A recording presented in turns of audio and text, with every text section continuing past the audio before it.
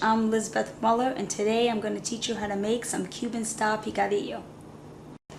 Now I'm ready for my good quality wine, and I always tell people that I just don't want cooking wine from the store. There's a whole bunch of them. You can use them, but I just like to use real good wine, really full-bodied wine for my Spanish dishes. I just think it gives it a better flavor and just makes it really taste really good. Okay, so I'm going to eyeball this also.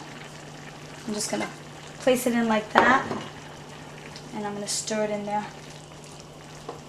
And it's going to, oh my God, it already smells so nice, and I can smell it.